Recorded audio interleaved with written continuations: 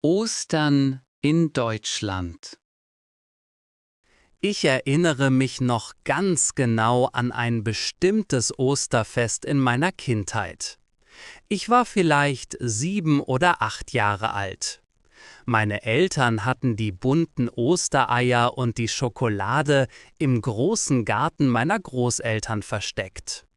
Mein älterer Bruder und ich rannten sofort nach dem Frühstück wie verrückt nach draußen, um sie zu suchen. Wir hatten unsere kleinen Körbe in den Händen und suchten aufmerksam hinter jedem dicken Baum und unter jedem Busch. Ich fand viele kleine Eier, aber meine Mutter sagte plötzlich: „Friedrich, da fehlt noch ein großes rotes Schokoladenei. Du musst besser suchen." Ich suchte und suchte, drehte jeden Stein um, schaute in die Blumen, aber das rote Ei war einfach verschwunden. Wir gaben schließlich auf und dachten, vielleicht hat ein echter Hase oder ein Vogel das Ei gestohlen. Monate später, es war mitten im Hochsommer, spielte ich wieder in genau diesem Garten. Ich wollte einen alten Fußball hinter dem hölzernen Gartenschuppen holen. Und was lag da auf dem Boden, völlig in der Sommerhitze zerlaufen und von unzähligen Ameisen umringt? Genau, das verlorene rote Schokoladenei. Es war absolut kein schöner Anblick mehr, aber wir haben als Familie sehr laut darüber gelacht. Meine Mutter hatte es einfach viel zu gut vor uns versteckt. Willkommen, liebe Hörerinnen und Hörer, zu einer brandneuen Folge von German Decoded. Ich bin Friedrich, euer Gastgeber. Und diese kleine Geschichte aus meiner Kindheit bringt uns direkt zu unserem heutigen Thema. Wir sind heute bei Episode 9 angekommen und passend zur Jahreszeit sprechen wir ausführlich über Ostern in Deutschland. Ostern ist nicht nur das wichtigste Fest für die christliche Kirche, sondern in Deutschland auch ein riesiges Fest des Frühlings, der Familie und natürlich der Schokolade. Für viele Deutsche ist es die erste große Gelegenheit im Jahr, nach dem langen grauen und nassen Winter wieder richtig Zeit draußen in der Natur zu verbringen. Man möchte die frische Luft genießen und die ersten warmen Sonnenstrahlen auf der Haut spüren. In dieser heutigen Folge schauen wir uns gemeinsam an, wie wir in Deutschland Ostern genau feiern. Wir klären, welche alten Traditionen es gibt, warum Hasen plötzlich Eier bringen und warum wir an diesen besonderen Tagen ganz bestimmte Dinge essen. Macht es euch gemütlich, holt euch eine heiße Tasse Kaffee oder Tee und lasst uns gemeinsam in die spannende deutsche Osterkultur eintauchen. Das Osterfest beginnt bei uns in Deutschland nicht erst am Sonntag, sondern schon einige Tage vorher. Die wichtigste Phase der Vorbereitung startet mit dem sogenannten Gründonnerstag. Der Name klingt für Deutschlerner im ersten Moment sicher ein bisschen lustig, oder? Man denkt sofort an die Farbe Grün, an Wiesen, Bäume oder Wälder. Sehr viele Deutsche glauben tatsächlich auch heute noch, dass der Name einfach von der Farbe kommt. Deshalb gibt es die weit verbreitete und leckere Tradition, an diesem Tag unbedingt etwas Grünes zu essen. In der Gegend um Frankfurt am Main isst man zum Beispiel sehr gerne die berühmte grüne Soße mit Kartoffeln und gekochten Eiern. Andere Familien kochen ganz klassisch Spinat. Wenn man sich die deutsche Sprachgeschichte jedoch genau ansieht, gibt es unter Wissenschaftlern zwei verschiedene Theorien. Die erste besagt, das Wort kommt von dem sehr alten deutschen Wort greinen, was weinen oder trauern bedeutet, passend zum letzten Abendmahl von Jesus Christus. Die andere Theorie sagt, es kommt von grünen, im Sinne von neu, frisch und sündenfrei. Egal welche Variante stimmt, die Tradition des grünen Essens bleibt. Direkt auf den Gründonnerstag folgt dann der Karfreitag. In ganz Deutschland ist dies ein strenger gesetzlicher Feiertag. Das bedeutet, alle Geschäfte, Supermärkte und Büros sind geschlossen und die meisten Menschen haben frei. Für Christen gilt der Karfreitag als der traurigste Tag im gesamten Kalender, denn an diesem Datum wurde Jesus ans Kreuz geschlagen. Aus diesem Grund nennt man ihn bei uns auch den stillen Feiertag.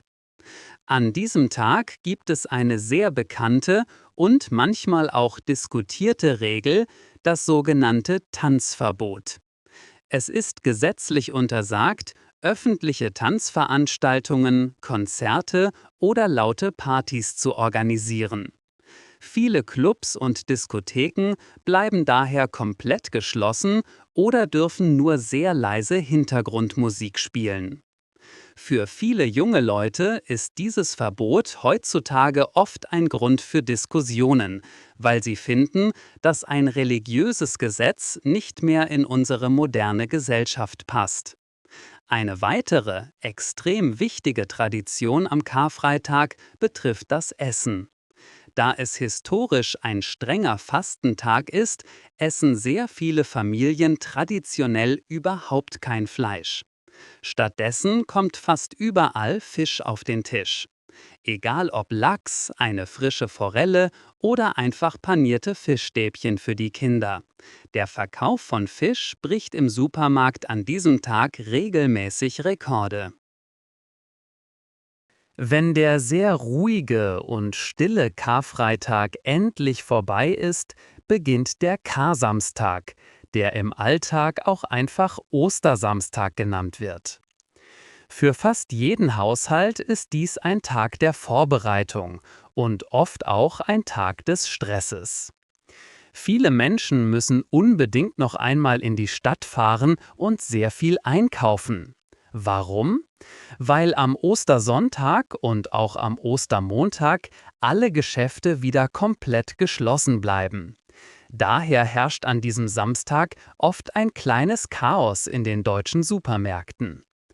Zu Hause werden anschließend fleißig leckere Kuchen gebacken, gekochte Eier in allen möglichen Farben gefärbt und das ganze Haus wird liebevoll mit bunten Frühlingsblumen, vor allem gelben Narzissen und roten Tulpen dekoriert.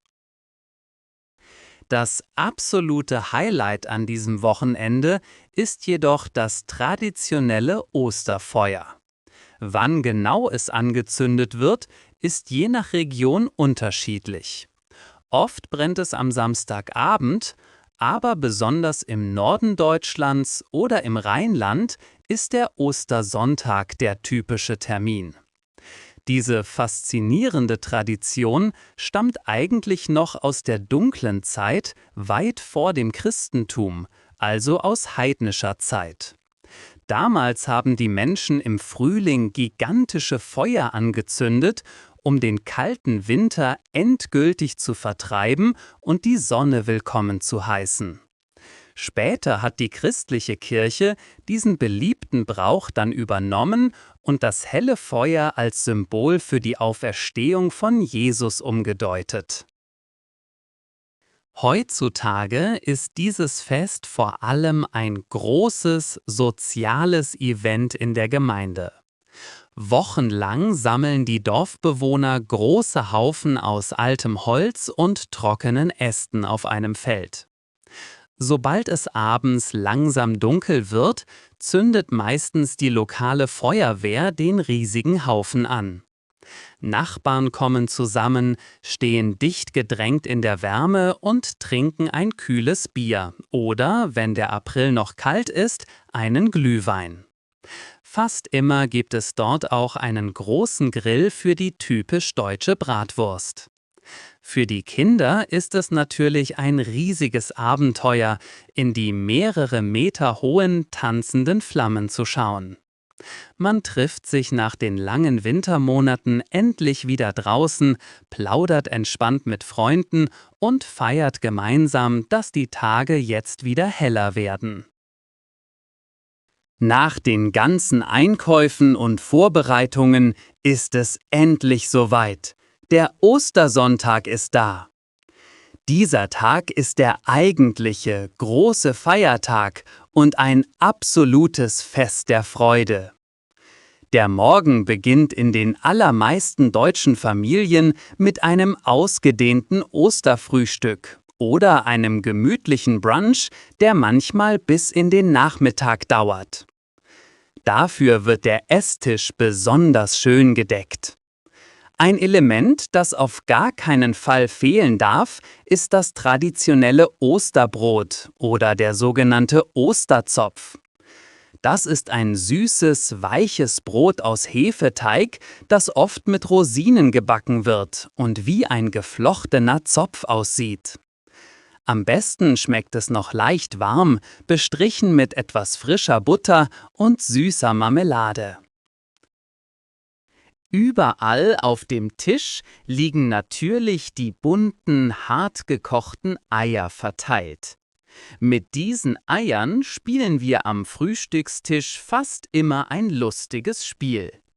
Das allgemeine deutsche Wort dafür ist Eierklopfen, aber je nach Region gibt es ganz unterschiedliche Namen.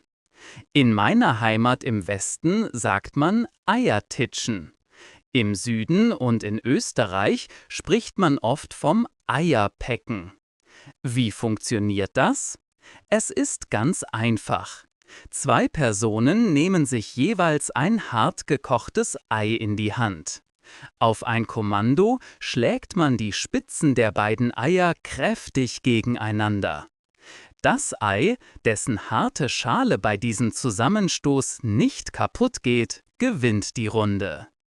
Dieser simple Spaß bringt jedes Mal die ganze Familie zum Lachen.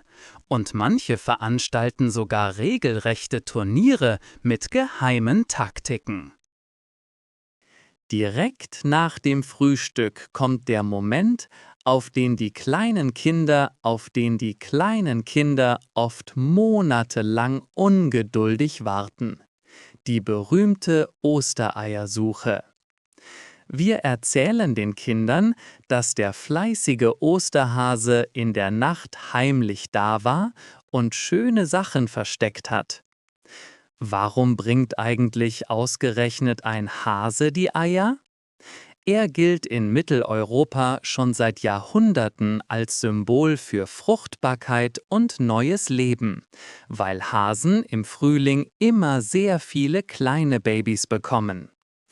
Die Eltern verstecken bunte Nester aus künstlichem Gras überall im Garten oder, wenn das Aprilwetter mal wieder schlecht ist, einfach im Haus.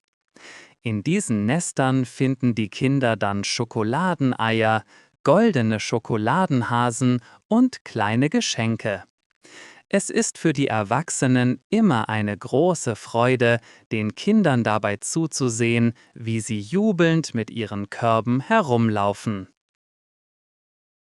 Das Osterwochenende in Deutschland ist sehr lang, denn auch der Tag danach, der Ostermontag, ist in allen Bundesländern ein offizieller, gesetzlicher Feiertag. Das ist auch gut so. Nach dem vielen Essen, der unendlichen Menge an Schokolade und vielleicht auch noch einem großen Fleischbraten am Sonntagnachmittag lassen es die allermeisten Menschen am Montag zum Glück sehr ruhig angehen. Eine ganz besonders klassische Tradition für diesen letzten Feiertag ist der sogenannte Osterspaziergang. Es geht einfach darum, sich nach dem vielen Sitzen am Esstisch endlich wieder zu bewegen und an die frische Luft zu kommen. Schon der berühmte deutsche Dichter Johann Wolfgang von Goethe hat vor weit über 200 Jahren ein fantastisches Gedicht über genau so einen Spaziergang geschrieben. In seinem Werk Faust beschreibt er sehr poetisch, wie die Menschen am Ostersonntag aus den dunklen, engen Häusern der Stadt herauskommen, um das Licht, die grüne Natur und den ersehnten Frühling zu genießen. Diese Tradition hat sich bis heute gehalten und die Deutschen verlegen diesen gemütlichen Ausflug heutzutage wahnsinnig gerne auf den freien Ostermontag. Nach dem späten Aufstehen zieht man sich bequeme Schuhe an und geht mit der ganzen Familie hinaus. Man wandert durch den Wald, spaziert durch den städtischen Park oder um einen schönen See herum. Dabei atmet man die klare Frühlingsluft ein, sucht nach den allerersten grünen Blättern an den Bäumen und genießt die gemeinsame Zeit fernab von Stress und Arbeit. Sehr oft kehrt man anschließend noch in ein Café ein und belohnt sich mit einer Tasse Kaffee. Für viele Hausbesitzer ist dieses Wochenende außerdem die perfekte Zeit, um den eigenen Balkon oder den Garten fit für den kommenden Sommer zu machen. Die ersten bunten Blumen werden gepflanzt und die Gartenmöbel werden endlich wieder aus dem Keller geholt. Der ruhige Ostermontag markiert damit den entspannten Abschluss eines schönen Festes. Am nächsten Morgen, dem Dienstag, beginnt für die meisten wieder der ganz normale Alltag. Die Schulkinder haben zwar oft noch eine weitere Woche Ferien, aber für die Erwachsenen klingelt der Wecker wieder früh.